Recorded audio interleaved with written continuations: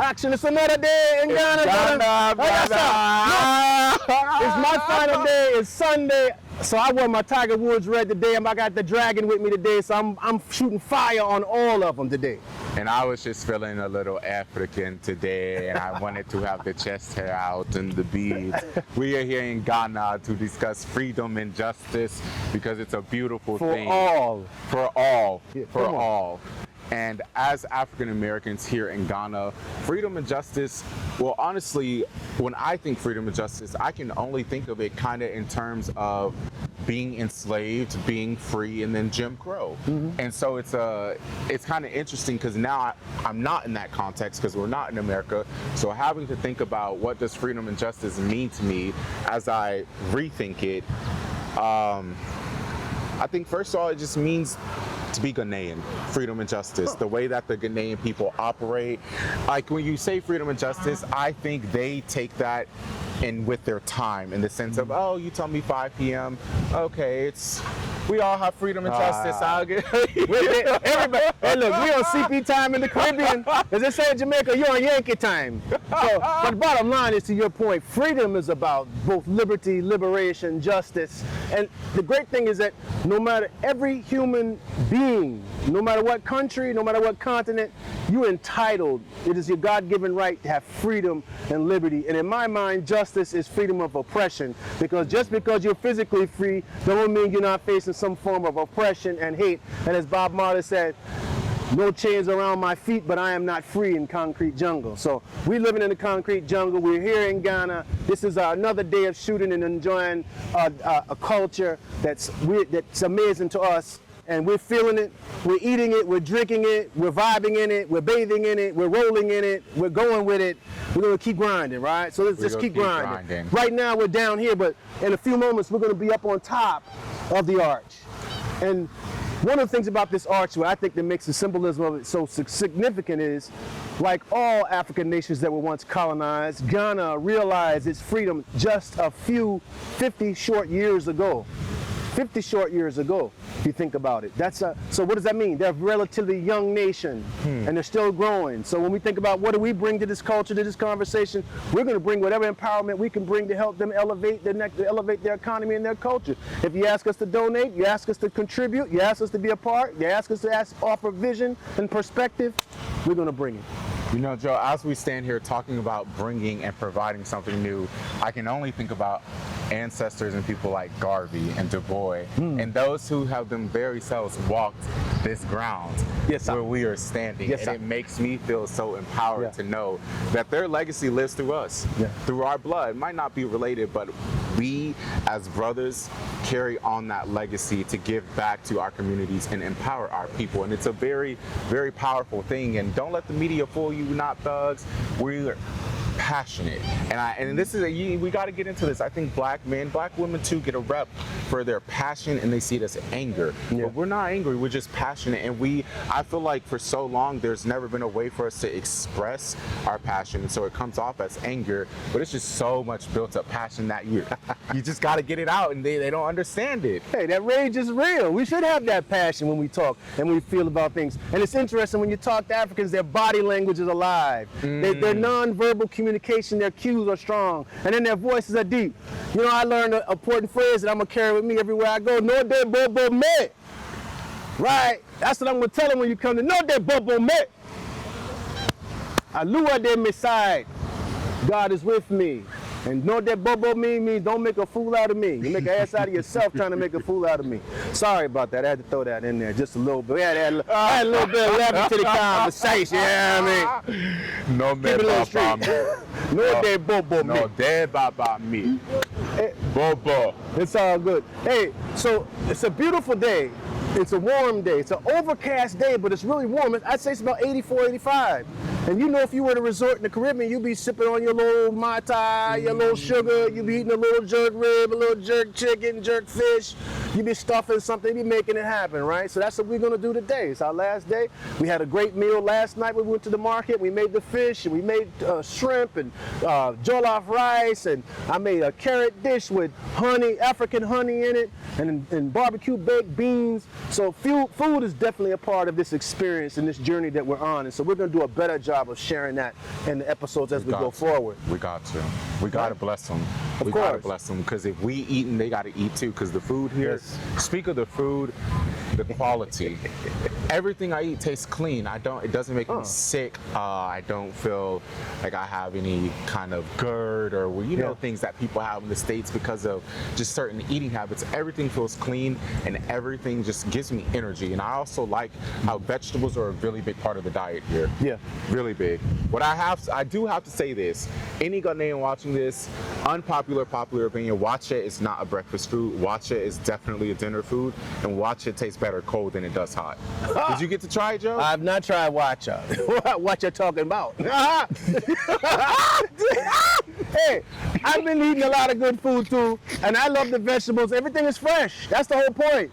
You know that the food you're eating has just come out of the ground, right? Mm-hmm. And I ain't gonna say it didn't affect my constitution because, my first trip, I gotta have that Modium AD, if you know what I'm saying. But look, family, this is part of the experience. It's eating and drinking the things that are local and to the local people, and trying to feel what they feel and learn what their sustenance is. And so eating goat at the beach, eating beef at the beach, eating fat catfish and yam at the beach. I mean, that's part of our experience here. And so we're going to go back to more restaurants, and I'm going to have some shrimp and grits today for my afternoon snack, and some good prawns at Ritual Cafe, owned by a sister from America who came to Africa and built a restaurant, Ritual Cafe, and it's on Second Ringway Link. So anyone watching, I want y'all to know this sister, there's more of them, there's more brothers, it's opportunity out here, it is possible. So if you are not thinking it's not feasible, we are going to go and show you a black sister who came out here and built a restaurant. Yes. And if you were interested too, Joe and I, we got plenty of business ideas. Like we only getting started, y'all. So I'm telling y'all, we're going to have a whole little offshoot about that where we got to talk about a few business ideas. Yes. We go write about some of them, publish them online too. But I'm not going to lie. We've got to wait for the dollar to get stronger. The dollar is down by 50% versus the cedi, and that's an impediment to investment. And both Ghana and the United States need to recognize that, because it's not productive for either nation to see one currency fluctuate like that. So it's down 50% from where it was when we first arrived, and that makes it hard to buy property, it makes it hard to enjoy yourself. But you know what? We're still going to go forward. We're just going to find ways to be more cost effective. So you already know this, Justin. I told you on this trip, brother, I didn't buy one bottle of Mo. And you don't know me, I didn't buy one bottle of Mo. And I've been here and bought 7 bottles the last time I was here in one night. Yeah! In one night? What? They bought my bill. My bill was 12,000 cedis. Joe. Don't tell him, my wife. I just converted that to dollar. Yes, sir. I was popping them and dropping them. Hey, but that's all funny. But the seriousness is this. It's when you're in those relaxing moments in a bar, you're seeing people dance, and they play an African song, a Nigerian song, or some song you don't know, you never heard it, but there's a rhythm to the women dancing to it, and it's hot, and it's moving, and it's vibing, and you get in there where you fit in, and you fall into the vibe, and just start drinking and partying. And Purple Pub is someplace we should go today too, man. Purple Pub, we gotta check out. Purple Pub. I saw that last night. It looked like it was jumping. It looks like just a little block party they set up. Yeah. But speaking of, Joe, I'm curious. I had thought of when you're talking about the dollar. Could Ghana, or is it possible to peg the cedi to shea butter, cocoa butter, and or gold, since that's the largest exports? Why peg to the dollar? Well, the one thing it should, but a gold standard, pegging to gold, that's a commodity that has a certain, well, the value fluctuates, but the gold standard it would not be uncommon. That's a common thing that nations from time to time have pegged their currencies to a hard resource like gold or silver or nickel. But the only problem with that is if every nation pegged their currency value to their strongest natural commodity or resource, to me, it creates a challenge for international commerce because obviously if you're in a nation, you don't have nickel, you don't have silver, you may not have, you be plentiful in gold, would you want to go to a standard where you're in constant demand for somebody else? But the Coins or... Well, you know what's interesting about stable coins? Stable coins, once again, are pegged to a dollar or another underlying commodity, right? And so I think the reason that there's so many economies here were pegged to the dollar was simply because of U.S. philanthropy, U.S. Post-colonization. The United States was through USAID and U.S. diplomacy. We were here investing and spending a lot of money and trying to support young African nations and the people. And I think that was a good part of our history. Now we're transitioning into a new era where you've got a party and you have leaders who are saying, you know what? It's not a question of whether we have an obligation or not. And I think you do have, on a human level, you have an obligation to try to eliminate malaria, to provide care to a mother, newborn children and to mothers, pregnant mothers. I think you benefit from trying to eliminate HIV and AIDS. I think you benefit from trying to, when COVID came to America, the world needed the COVID vaccine and the world got the COVID vaccine. America needs to have bridges to every economy and to West Africa, and those investments that we used to make must be implemented again stronger than ever, because the bond, and now that these economies are starting to grow, the U.S. will reap the return on that investment. It's the ROI factor that comes from sustaining those investments. I agree, Joe. Hey, we're coming to you from the top of Independence Arch at Independence Square, and Ghanaians have enjoyed more than 60 years of liberation. I think 68 years to be correct, if my math serves me well. 1957 to 2025, 68 years. Come on. But this is just a part, once again, of some of the celebration. You have a sense of just how monumental the moment of their independence was. And so we were talking earlier about the festival in December, right? Yes, Deti December. Deti December. So tell me, brother, what are your impressions of it? Why should I be here for the first time ever in December to celebrate this monumental occasion? So standing here at Black Star Square, knowing that they do their celebrations for independence, I can only imagine what's going on in Deti December. You probably can't even drive around the circle, Joe. It's full. You know, Carnival. Yes, sir. So I would associate Deti December like Carnival. It's their version. Caravana. Carnival. What about Caravana in Toronto? Caravana, Jamaican Caribbean That's festival. Carnival. Well, I mean, okay, it's Caravana. It's Caravana's the name of it in Canada. Huh. See, we're learning. We don't have all the answers. That's the beauty of our podcast and what we're going to say and do. We're going to evolve. And then your comments, they matter. They can help us. But we're learning on this journey like any other American expatriate is going to do. So we're going to figure it out. You know, we're going to learn. We're going to learn the vernacular of freedom and liberation, right? Yes, Joe. And back to your point, I feel like why you really should visit in December is because you will get the full embodiment and spirit of Ghana and their independence and freedom. When you come here and you not see all the Ghanaians too, the Ghanaian artists, the Ghanaian rappers, the producers, but then you have so many Black Americans and other Black people across the diaspora. I truly feel like that's when you feel the power of Ghana and their independence here. So I tell anyone, come in December to truly immerse yourself and get the full effect of Ghana. Yeah, I can also imagine being here during the African Cup, where all the African nations are participating in their version of the World Cup soccer tournament. I mean, we're right here beside the stadium too. I can close my eyes and imagine the roar of people cheering. If Ghana against Nigeria, 2-0, who knows? We were imagining it. But to your point, there would be a sea of blackness out here of people. There'll be and we talk about the economics too, like at the market. There's going to be a sea of people, but there's going to be a sea of businesses out here to serve and support them. It's going to be the military. It's going to be the police. It's going to be every resource and institution this nation has to offer here supporting an event and a gathering that's meant to do what? Reinforce what it is to be Black and what it means to be proud and what it means to be liberated, what it means to seek justice and be a righteous person.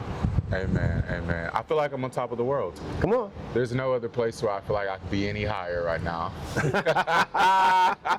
And I know you see that beautiful ocean back there behind us, huh? The Black Square. You know, we were talking a little bit earlier about, and we've done this so much, we talked about food, but one thing we hadn't talked about is we've seen a lot of religious institutions here in Ghana, a lot of churches, and you know, you have to ask yourself, one thing that makes you wonder is Christianity native to Africa? Absolutely not. Absolutely not. I think that is We're about to get into some controversial waters here. Well, okay. Bring them sacrilegious ideas forward. Let's get into so I'm not going to say it's not native to Africa, because every religion came from Africa, from the Fertile Crescent, what they might call the Middle East, which is not the Middle East because you can't put middle to. Anyways, what I'm getting at is that the Christianity that us Black Americans might practice, or that some African people might know, is not our religion.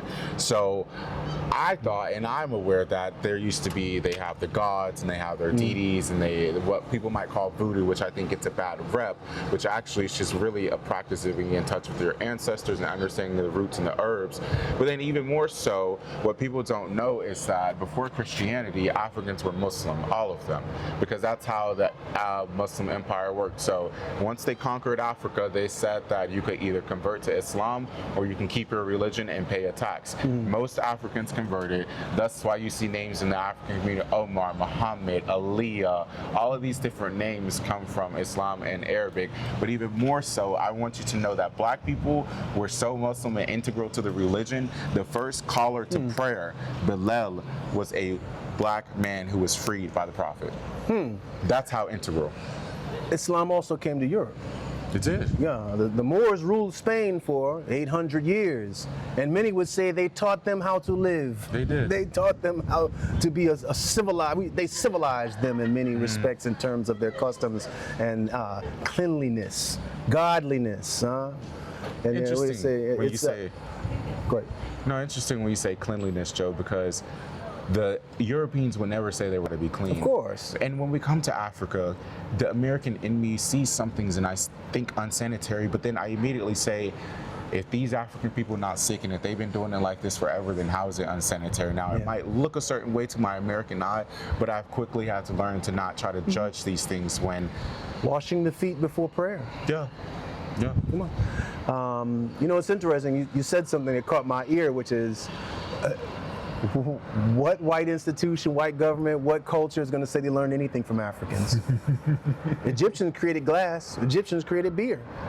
I mean, we can go through so many ways in which the diaspora has contributed to this world, and where we don't get that credit. And the most important piece is the edification of peoples all over the globe around the contributions of Africans to world culture, history, religion, navigation, whatever. They would have a greater degree of respect for us if they understood that history.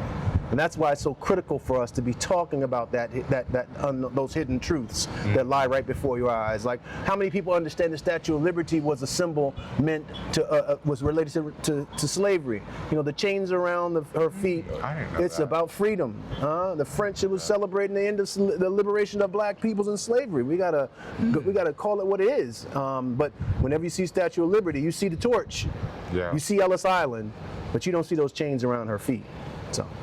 Anyhow, it's you know, we're living and we're learning, right? And so we continue to go forward and religion. One of the things I know is I do want to come to worship here because I see a lot of whether it be Nigerian, Igbo, Ghanaian, Cote d'Ivoire, there's church services on television and they worship and pray, and I want to experience that too. I do too, and it's so interesting you talk about going to the church service, because a lot of non-Black people will tell you it's an experience to go to a Black church. Yeah. But as a Black person, I feel like it's an experience to go to an African church, because they be cutting up in there, Joe. In the truest essence of the Pentecostal faith, they're going to make joyful noise unto the Lord. But I want to hear him sing. I want to see if they got a little of that Southern gospel in them. I want to get some. But look, we're going to be in church about 9 hours if we go to an African church. Hold on now. I love the Lord. You know, 9 hours. We'll see about that one. just mic my mic. I apologize for that. But brother, but you know, we're going to go to Ritual Cafe. Our next stop, we're going to be at Ritual Cafe. We're going to do a quick shoot over there and have a little bit of food and support our sister who started a great restaurant here in Ghana, in Accra. Well, I got you here, Joe. I know it's your last day and we're standing up here, and I don't know if you've been up here, but this is my first time up here and I got you here too. What does Ghana mean to you? You know, Ghana is visiting here. It's an emotional connection to the land, right? We've talked about Africa. We've thought about Africa. We've learned about Africa. For 55 years, I've thought about Africa. And then this year I said, I'm getting on a plane and I'm going home. I'm going back to Mount Zion. I'm leaving Babylon behind. I'm going to Mount Zion. And so I came here, and I can just tell you it's fulfillment on many levels in terms of trying to know that I have something, I have roots somewhere, that I have an anchor somewhere, that I have history and culture. And through my DNA, I learned that my father's family is Yoruba, and they're from Nigeria. So truly, I'm not Ghanaian. My roots are in Nigeria, but they're West Africa, right? Yeah. And we know boundaries weren't created by the Africans, you know. So I mean, the truth of the matter is, being here has been just, it's a part of a process. It's an evolution in me, and the more I live, the more I want to explore, the more I want to do. And so whether it's Ghana, all of the West Africa, and you know, we saw Marcus Garvey downstairs. And Marcus Garvey wanted black people to immigrate back to Africa, to Liberia. Yes, they were coming to Liberia. And so, you know, so I say all of the Gold Coast is within my reach, and that's what I want to experience and explore. I'm with you, Joe. Well, let's go and wind down and get some food then. Come on, brother, let's get this thing, get some drinks.